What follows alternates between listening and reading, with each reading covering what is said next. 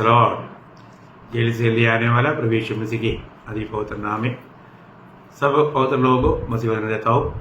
प्रभु की बड़ी दया है कि प्रभु ने और भी एक दिन हमारा आयु में जोड़ दिया, और जितना भी अपने को इस जीवन की यात्रा में प्रभु के साथ का संगति मिलता है, कितना अनोखा बात है। प्रभु का प्रेम कितना गहरा है, सागर जैसा वो प्रेम, कभी खत्म नहीं होने वाला प्रेम, हमेशा का प्रेम से प्रभु ने हमसे प्रेम किया। कितना धन्य बात है। इस छोटा सा जीवन में हम लोग उधार पाए हुए लोग कितना सावधान रहना चाहिए, क्योंकि उधार पाने के बाद में हमेशा आनंदता की ओर हमारा लक्ष्य लगा करके जीवन यात्रा करना बहुत जरूरी बात है। बहुत से लोग उधार पाने के बाद में भी उनको उस आनंदता का बारे में ज्ञान बहुत कम होने के कारण वो दुनिया की बातों के पीछे लग जाता। बहुत बड़ा धोखा है। और आपको मालूम है, हमारा वैरी का एक ही लक्ष्य है, हम कभी भी आनंदता की ओर लक्ष्य ना लगाए, हमें कैसे भी धोखा देना। पिछले बार हमने देखा था कि सकरा द्वार और सकरा मार्ग के बारे में। तो हमारा उधार पाए हुए लोगों का यात्रा वो कैसा है, उनका मार्ग कैसा है, वो बात हम देख रहा था। ये सारी बात क्यों हो रहा है? क्योंकि भविष्य में प्रभु के लिए एक कांदा या उनके लिए एक पत्नी तैयार हो रहा है, उनका ब्याह होने वाला है। उस ब्याह में सचमुच में कौन योग्य रहेगा, ये सब वो न्यायासन के सामने प्रकट होता। न्यायासन के सामने प्रकट होने के बाद में ये स्वर्ग में होने वाला शादी है। ये भी बात हर एक बहुत लोग जानना। जब वो शादी में जो भी लोग उधार पाया है, उनका मगनी हो गया करके आपको मालूम, मगनी होने के बाद में शादी होता है ना।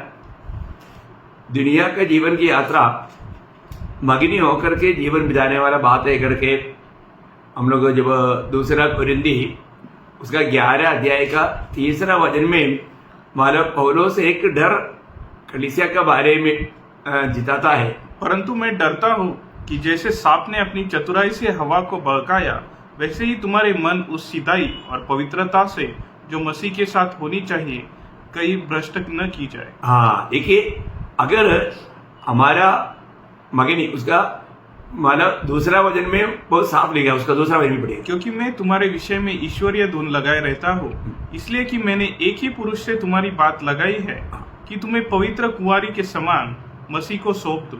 देखो, एक पवित्र कुंवारी के समान मसीह को सौंपने के लिए बात हो गया, वो लगा तो एंगेजमेंट हो गया है ना हमारे जीवन में। परंतु वहां पर एक डर इसलिए था, वो प्रभु से उनका दिल को हटा करके वो दुनिया की बातों में या स्वर्गीय बातों से हटा करके दुनिया की बातों में उनको खींचने के लिए विरोधी कोशिश करेगा। तो हमको ये बात को जानना है कि शादी के बाद ये जीवन की यात्रा में जब तक आपको मालूम है दुनिया में होने वाले शादी, उसको स्वर्ग में होने वाले शादी का एक छाया का रूप में बताया। जब दो जन आपस में पसंद करके एंगेजमेंट होने के बाद में शादी होता, उसी प्रकार वो एक भेद के रूप में एफेसियों में लिखा है। एफेसियों 5 अध्याय उसका 31 और 32 वचन में, इस कारण मनुष्य अपने माता पिता को छोड़कर अपनी पत्नी से मिला रहेगा और वे दोनों एक तन होंगे। यह भेद तो बड़ा है। देखा, ये भेद तो अभी ये दुनिया में होने वाला शादी की बात को लेकर के यहाँ पर प्रेषित पौलुस कहता है, ये भेद तो बड़ा है। और मैं यहाँ मसीह और कलीसिया के विषय में कहता हूँ। ये मसीह और कलीसिया का विषय की बात है। इसका मतलब हमें आने वाला भविष्य में अनंत काल हमें एक साथ एक बनकर रहने के लिए चुने हुए लोग हैं। हमको मंडली को कई पदवियां हैं, तो उसमें से एक है हम प्रभु का दुल्हन होकर के हमेशा प्रभु के साथ रहेगा।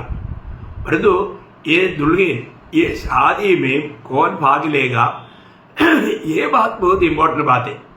कौन उसका दुल्हन होकर के प्रकट होने वाला है, ये भी बात जानना है ना। मैं आपको बताना चाहता हूँ, ये जो प्राण का उद्धार बहुत ही महत्वपूर्ण है। अगर इस जीवन में हम प्रभु के साथ एकदम लिपटा नहीं रहेगा, प्रभु का प्रति हमारा दिल अगर उमड़ते नहीं रहेगा, ये पदवी में नहीं आ सकता। क्योंकि स्वर्ग में होने वाला शादी का वो खूबी आपको याद होगा, प्रकाशित वाक्य उसका 19 अध्याय, उसका 7 और 8 वचन बहुत ध्यान से सुनना है।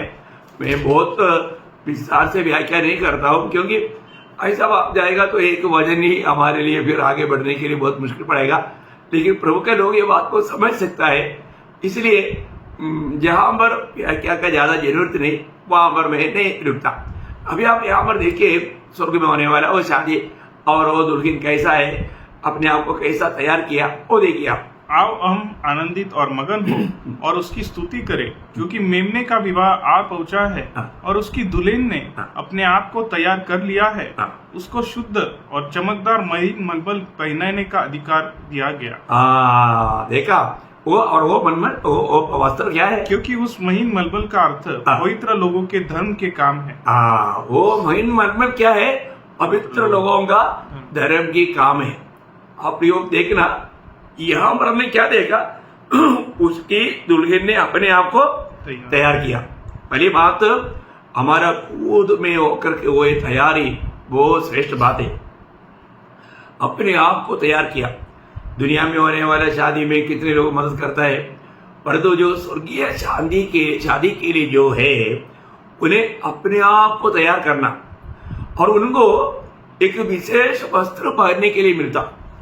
वो विशेष वस्त्र क्या है करके बोला, उसका 8 वचन वापस से गड़बड़िए।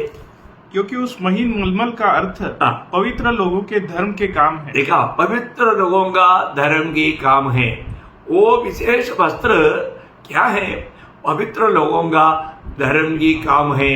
प्रियो, यहाँ पर हम लोग कोई भी अपना काम करके उधार नहीं पाया। मैं बार बार ये बात को जिताता हूँ, लेकिन उधार पाया हुआ लोग उन भले कामों के लिए प्रभु ने सृजा, ये बात कभी नहीं भूलना। हम उधार पाया है, हमने उधार पाने के बाद में हमें कोई मतलब जिम्मेवारी नहीं, हमको कोई काम नहीं, ऐसा कभी नहीं सोचना।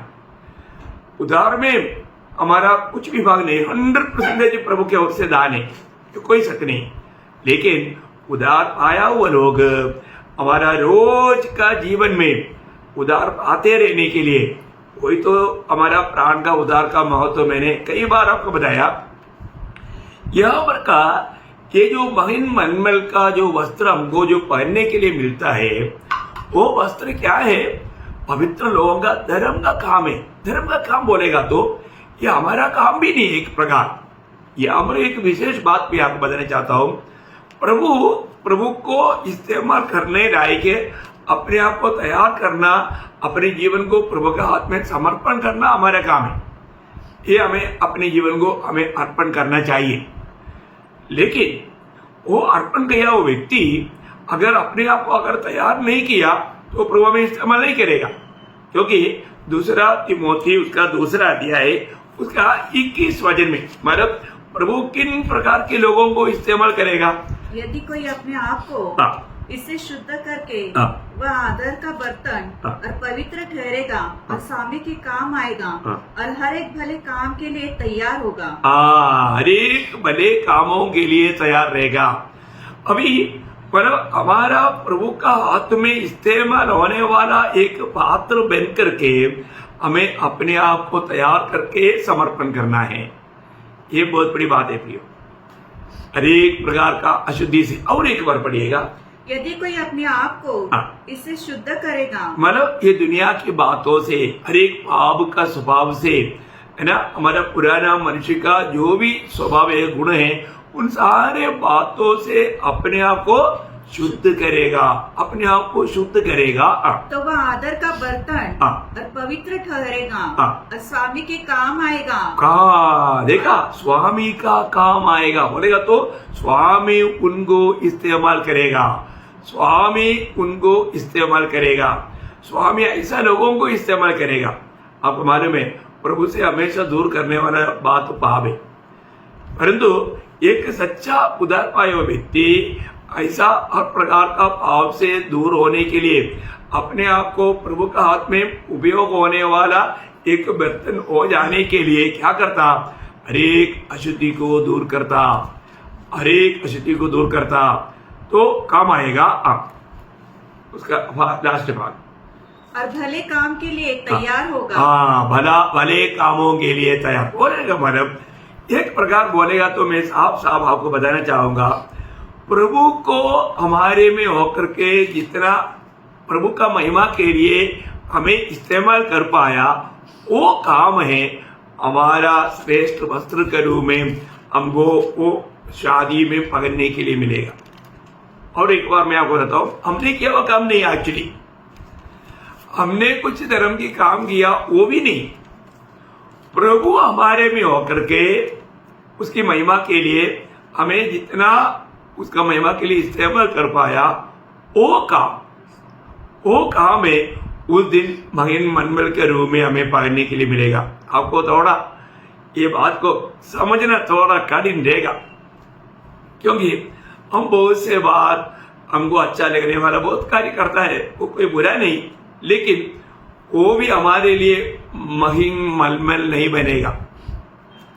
फिर महीन मलमल क्या बनेगा, प्रभु हमारे जीवन में होकर प्रभु की महिमा के लिए हमें कितना प्रभु इस्तेमाल कर पाया, वही बात हमारे लिए महीन मलमल होकर के हमें मिलेगा। ये बात को, इसका मतलब क्या है कि यहाँ पर भी विषय क्या है, हमारा प्राण का उद्धार जितना बढ़ते जाता है उतना अधिक हमारे लिए मिलने वाला वो वस्त्र शोभायमान होगा, बहुत सुंदर रहेगा। आज मेरे जीवन में मैं उस प्यार के लिए इस वस्त्र को तैयार कर रहा है क्या? फिर भी मैं आपको बताना चाहूंगा, ये वस्त्र एक प्रकार तैयार करने का बड़ा भाग हमारे जीवन में है, वो हमारे समर्पण के ऊपर है।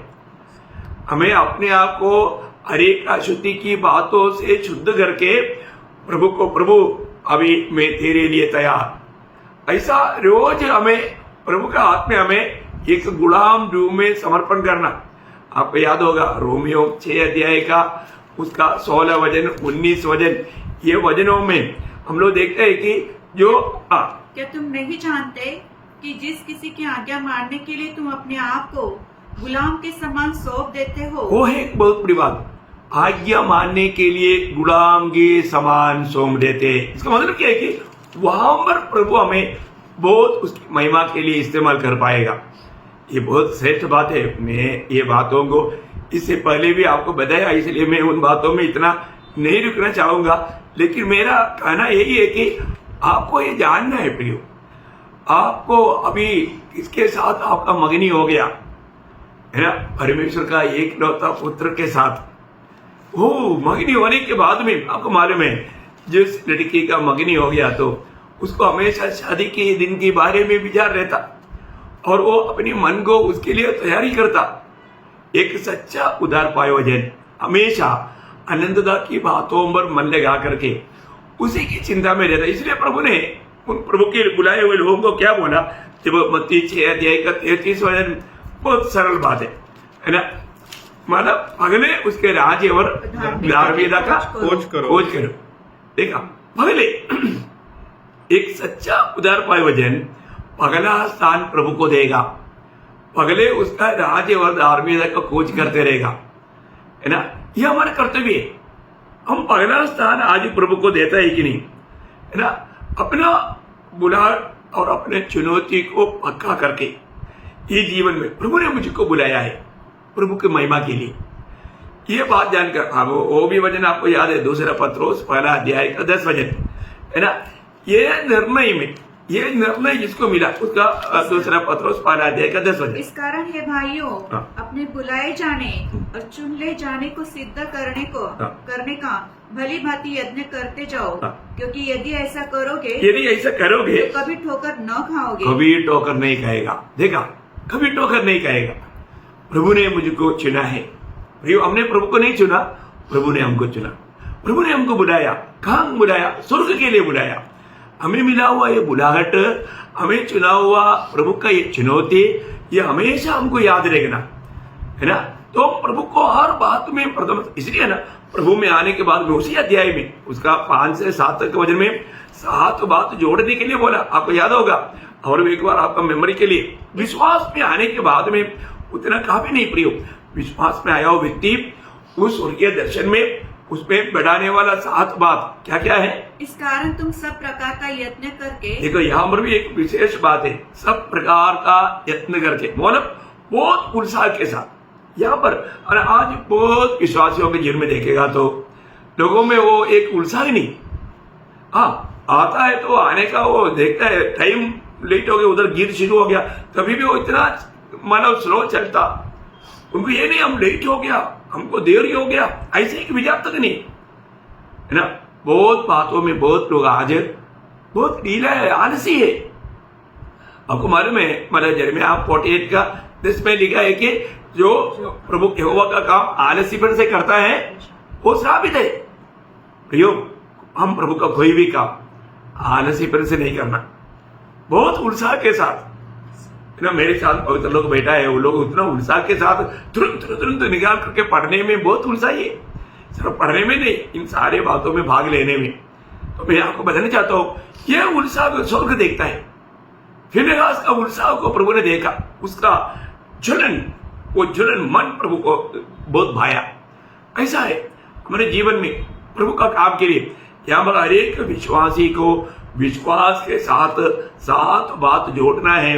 अभी इसका एक एक बातों का मैं विस्तार से अभी नहीं कहूंगा, सिर्फ बताते जाऊंगा, पढ़ना सुनना, आप लोग ये बात को परखना, मैं रोज इन बातों को बढ़ाता है क्या, क्योंकि वर्तमान में हमारे जीवन में ये बढ़ाते रहना, उस ब्याह में विराट पाया हुआ जो उसकी कांधा बनकर के, उसकी पत्नी बनकर के उनके साथ हमेशा रहना चाहता, उनका कर्तव्य है वो यहाँ पर भी प्रभु के साथ रहना उनको अच्छा लगेगा। हाँ, अभी आप पढ़िए। इस कारण तुम सब प्रकार का यत्न करके अपने विश्वास पर सद्गुण और सद्गुण पर समझ और समझ पर संयम और संयम पर धीरज और धीरज पर भक्ति और भक्ति पर भाईचारे की प्रीति और भाईचारे की प्रीति पर प्रेम बढ़ाते जाओ, क्योंकि यदि ये बातें वर्तमान में रहे। अभी आपको बताओ, आप अपने जीवन में थोड़ा पढ़ कर देखो, ये 7 बातें वर्तमान में आपके जीवन में है क्या, मेरे जीवन में है क्या, ये हमें परखना। और ये बात बढ़ाने में हम कैसा उत्साह के साथ बढ़ाना, इसमें एक भी बातों में धीमा नहीं होने देना। ये जरूर आप नोट करके भी ये बातों को थोड़ा ध्यान करना प्रियो। अभी वो एक एक शब्द भी एक एक घंटे का प्रचार का बात है, आपको मालूम। लेकिन मैं एक बात आपको बताना चाहता हूँ, हमारे जीवन में जिस अवस्था में भी प्रभु का लोगों को प्रभु ले जाता है, ये सारे बात बढ़ाने वाला वो मार्ग है, जीवन का मार्ग का खूबी हुई है। इसलिए हमारा ये जीवन का दौड़ ऐसा हमारा कैसा है, जब प्रेषित पौलुस फिलिपियों का पत्र ही उसका 2 अध्याय का 16 और 17 वचन में मानो पौलुस की एक गवाही है कि मसीह के दिन मुझे घमंड करने का कारण हो। मसीह का दिन बोलेगा तो उस न्यायासन का दिन प्रभु हमको उठाकर ले जाएगा, फिर न्याय का दिन में प्रभु का सिंहासन के सामने जब खड़ा होगा, उस समय में मुझे घमंड करने का कारण हो कि न मेरा दौड़ना और न मेरा परिश्रम करना व्यर्थ हुआ। यदि मुझे तुम्हारे विश्वास रूपी बलिदान और सेवा के साथ अपना लहू भी बहाना पड़े तो भी मैं आनंदित हूँ। क्या समर्पण है प्रियो, सच्ची बात है।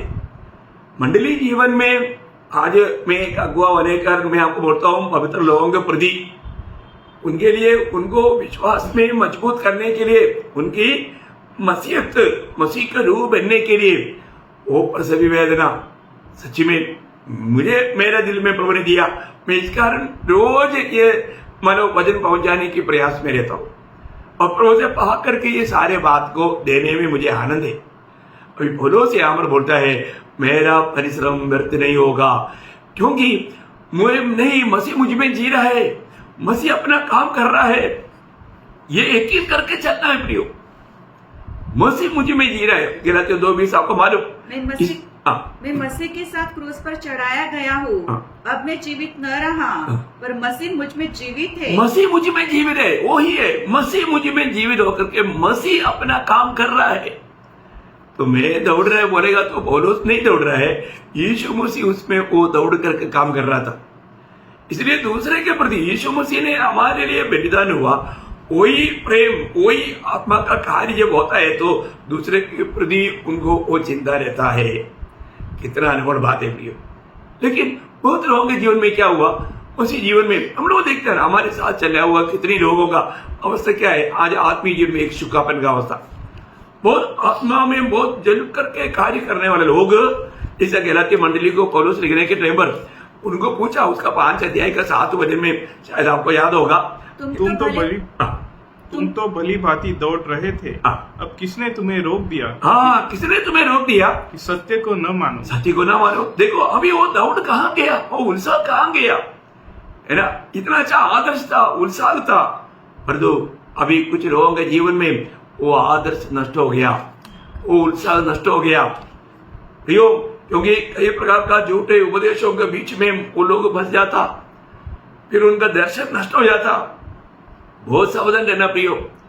हमारे आत्मीय जीवन में कैसे भी हमें इस दौड़ से वंचित करने के लिए विरोधी कोशिश में है, हमें कितना सावधान रहना चाहिए। आज भी पीछे दिनों से बढ़ करके आज भी मैं प्रभु के लिए उत्साह के साथ एक काम कर पा रहा है कि नहीं, मसीह को जी पा रहा है कि नहीं, यीशु मसीह मुझ में जी रहा है कि नहीं, ये बात को क्यों विजयी लोगों का चिन्ह मैं बार बार आपको बताना चाहूंगा। विजयी लोग अपना प्राण को भी अप्रिय जानता। विजयी लोग शैतान पर विजय पाने के लिए जरूरी बात है प्रियो। प्रकाशित वाक्य 12 अध्याय उसका 11 वचन याद रखना, उसके आखिरी भाग में वो लिखा है, और उन्होंने अपने प्राण को अप्रिय जाना। देखा, अपनी प्राण को अप्रिय जाना बोलने का मतलब उन्होंने प्रिय नहीं जाना। प्रियो, विजयी जीवन बिताने वाला लोग अपनी प्राण को अप्रिय, मतलब अपने जीवन में आने वाला कोई भी विषय उनके लिए एक रुकावट नहीं, एक समस्या नहीं, वो उन बातों से डरता नहीं, है ना। वो ये जीवन में प्रियो किसी भी बात में हम भाग रहता है तो हमारा दिल का इच्छा रहता है ना तो विजय पाना। विजय पाने वालों के लिए प्रभु ने वायदा दिया है ना, सारे विजयों के लिए। यीशु मसीह प्रकाशित वाक्य 3 अध्याय का 21 वचन 16 वचन है, जो जय पाए, जो विजय पाएगा, जो मैं उसे अपने साथ अपने सिंहासन पर बिठाऊंगा, जैसे मैं भी जय पाकर अपने पिता के साथ उसके सिंहासन पर बैठ गया। ओ प्रियो, कितना अनोखी बात है। विजयी लोगों की वायदा है प्रियो, विजयी लोगों के लिए वायदा है। हम प्रभु के साथ बैठने के लिए, प्रभु के साथ हमेशा रहने के लिए, उस ब्याह में भाग लेकर के हमेशा प्रभु के साथ बैठ करके, राजा के साथ रानी बैठेगा। प्रभु के मतलब उस बड़ा पदवी प्रभु मंडली को देने के लिए प्रभु तैयार है, पर जो हम प्राप्त करने के लिए तैयार है क्या? अपने जीवन में ये बात को परख कर देखना है ना।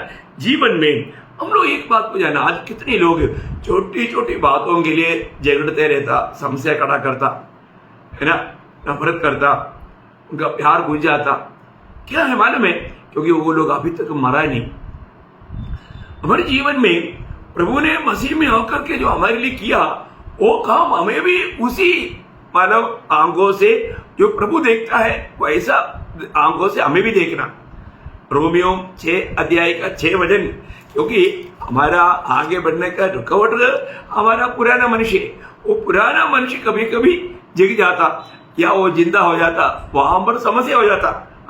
तो 6 का 6 पढ़ना रोमियो। हम जानते हैं कि हमारा पुराना मनुष्य तो उसके साथ क्रूस पर चढ़ाया गया ताकि पाप का शरीर व्यर्थ हो जाए। देखा, पाप का शरीर व्यर्थ हो जाए और हम आगे को पाप के दासवत में न रहे। पाप हमारे में प्रभुता करने ना देना प्रियो। हम अनुग्रह के अधीन में है, पाप हम पर प्रभुता ना करे। बहुत बड़ी बात है। प्रभु ने जो हमारे लिए सूली पर किया हुआ बात को जैसा प्रभु देखता है वैसा हमको भी देखना है ना। अभी मानव हमारा सारे पाप का बोझ उस पर लाया, उसके जब यशायाह भविष्यवाणी की आत्मा में जैसा अभी हो गया ऐसा रूप में वो वर्णन करके वहां पर लिखा है ना। जब 53 का 6 में हम तो सब के सब भेड़ों के समान भटक गए थे। हम में से हर एक ने अपना अपना मार्ग लिया और यहोवा ने हम सबों का अधर्म का बोझ उसी पर ला दिया। अभी देखो, उस पर ला दिया। ये सब बोले का मानो पहले हो गया ऐसा रीति में लिखा, सही बात है ना। ये मतलब ये सारे बात हो गया हुआ एक संभव का जैसा चित्र करके लिखा है, ठीक है ना। देखिए अभी सच्चा उदार पाए और होगा प्रभु का दृष्टि में हमारा अवस्था कहां पर है आपको मालूम। प्रभु हमको कहां देखता है। आज ये देखो अभी हम लोग यहाँ भर माना इस रूम में बैठ करके ये कर रहा है, परंतु वास्तव में प्रभु का दृष्टि में हम कहां पर है। एफेसियों का पत्र में उसका दूसरा अध्याय का 6-7 वचन आपको याद है। प्रभु का दृष्टि में आज प्रयोग हम स्वर्ग में प्रभु के साथ है।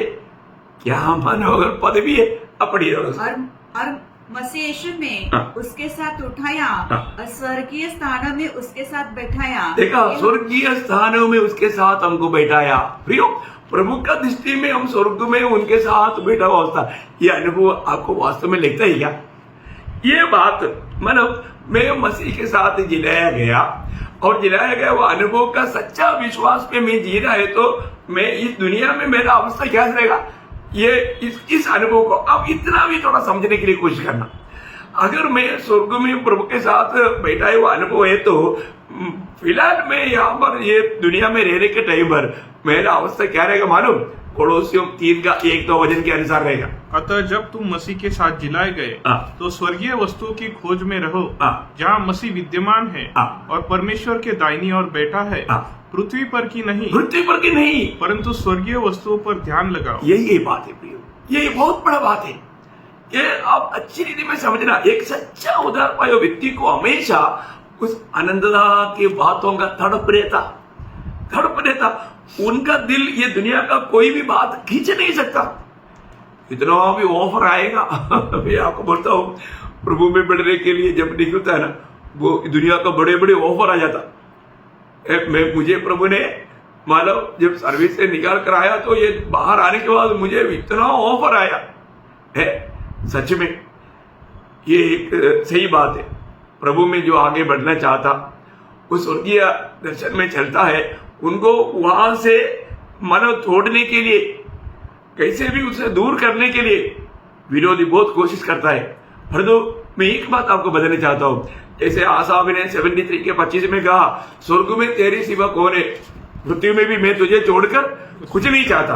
वो ही अनुभव में आपको बताया ना, वो है सही दर्शन। और पौलुस बोलता है, मैंने वो स्वर्गीय दर्शन को नहीं टाला। वो स्वर्गीय दर्शन को नहीं टालने वाला पौलुस का जीवन का दौड़ सिर्फ मैं पढ़ करके फिलिपियों 3 अध्याय का 7 से 14 तक का वचन सिर्फ पढ़ करके मैं आपको छोड़ देता हूँ, क्योंकि उसको बहुत बड़ा व्याख्या करने की जरूरत नहीं। उसके अंदर उसका सिद्धांत पूरा लिखा है, उसका 3:7 से 14। परंतु जो बातें मेरे लाभ की थी, उन्हीं को मैंने मसीह के कारण हानि समझ लिया है, वरन मैं अपने प्रभु मसीह यीशु की पहचान की उत्तमता के कारण। वो शब्द तो बहुत इंपॉर्टेंट है, यीशु मसीह की पहचान की उत्तमता के कारण। प्रियो, आज भी बहुत लोगों को हमें मिला आया बुलाहट, और हमको मतलब प्रभु ने काम के लिए चुना है, हमारा पदवी क्या है, ये बात को ना जानने के कारण ये दुनिया बहुत लोगों को अच्छा लगता। पौलुस क्या बोलते हैं आगे देखिए। सब बातों को हानि समझता हूँ, जिसके कारण मैंने सब वस्तु की हानि उठाई और उन्हें कूड़ा समझता हूँ, जिससे मैं मसीह को प्राप्त करूँ और उसमें पाया जाऊँ, न कि अपनी उस धार्मिकता के साथ जो व्यवस्था से है, वरन उस धार्मिकता के साथ जो मसीह पर विश्वास करने के कारण है और परमेश्वर की ओर से विश्वास करने पर मिलती है, ताकि मैं उसको और उसकी मृत्युंजय की सामर्थ को और उसके साथ दुखों में सहभागी होने के मर्म को जानूं और उसकी मृत्यु की समानता को प्राप्त करूं, कि मैं किसी भी रीति में से मरे हुए में से जी उठने के पद तक पहुंचूं। यह मतलब नहीं कि मैं पा चुका हूँ या सिद्ध हो चुका हूँ, पर उस पदार्थों को पकड़ने के लिए दौड़ा चला जाता हूँ, जिसके लिए मसीह यीशु ने मुझे पकड़ा था।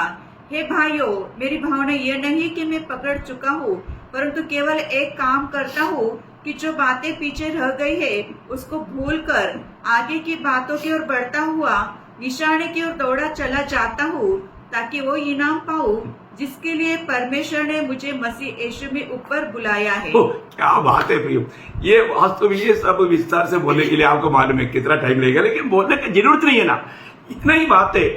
एक भक्त का रोज का जीवन का लक्ष्य मैं मसीह को प्राप्त करूं और मैं मसीह में पाया जाऊं और उसके दुखों में मैं सहभागी हो जाऊं।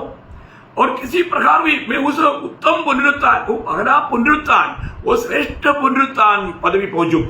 मैं पा चुका ऐसा नहीं, देखा एक तसल्ली में नहीं, मुझे और भी अनंतता की बात को और भी प्राप्त करना है, हो मुझे और भी मसीह को जीतना है। क्या तड़प है प्रियो, ये एक सच्चा भक्त का होना चाहिए। जीवन की आखिरी श्वास तक मैं पकड़ चुका ऐसा नहीं, ओ अभी तो बहुत हो गया, मैं वजन भी बहुत जानता हूं, मैंने बहुत किया, ऐसा एक तसल्ली कभी नहीं होना प्रियो। अपने आखिरी श्वास तक पूरा जोर लगा करके एकदम दौड़ते जाना प्रियो, दौड़ते जाना, प्रभु के खातिर, प्रभु को इस्तेमाल करने वाला एक पात्र होकर के आखिरी समय तक प्रभु के लिए फलदायक जीवन बिताना, प्रभु को इस्तेमाल करने लायक अवस्था में बना रहना, कभी तकना नहीं, प्रतिकूल को देखकर तकना नहीं। बहुत ही मजेदार जीवन है मसीह जीवन। बहुत से कष्ट है, बहुत से तकलीफ है, बहुत से प्रतिकूल है, परंतु आत्मा में बहुत आनंद ही आनंद है। उस आनंद काल की बातों को जब याद करता है तो, स्वर्ग का वो दर्शन मिला है तो प्रियो, ये दौड़ में हमें कोई नहीं रुका सकता, प्रभु का प्रेम से हमें कोई नहीं वंचित कर सकता, दूर नहीं कर सकता। बहुत धन्य बात है। इसका मतलब कौन उस शादी में भाग लेगा, इस रीति में दौड़ने वाला। आज हमारा आपका अपना काम कैसा है, ये बात को परखना। मैं समय थोड़ा ज्यादा बढ़ने के कारण जल्दी रुकना चाहूंगा, लेकिन एक बात मैं आपको बताना चाहता हूँ प्रियो, वो शादी के दिन के लिए अपनी तैयारी किया है क्या? प्रभु का दुल्हन ने अपने आप को तैयार किया। आज मेरा तैयारी कहां तक है? सिर्फ मैं उधार पाया बोलने से उस दुल्हन के पद में नहीं पहुंचेगा प्रियो। अपना प्राण को भी अप्रिय जानकर प्रभु के लिए उंडेलते हुए मसीह को हमारे जीवन में कार्य करने का एक उपयोगी पात्र बनकर जीने वाला, वही उस दिन वो पदवी में पहुंचेगा। बहुत अनोखा बात है। इसका बाकी भाग प्रभु का आगमन देरी बात हो वे कल आपको बताएंगे। लेकिन इस जीवन में उधार पाए वो व्यक्ति वो कैसा प्रभु के हाथ में इस्तेमाल होने वाला पात्र बनना चाहिए, ये बात को थोड़ा और गहराई से कुछ वचनों से कट में आपको बताऊंगा। प्रभु का आगमन नहीं हुआ तो प्रभु सबको आशीष दे, प्रभु को महिमा मिले। आमीन।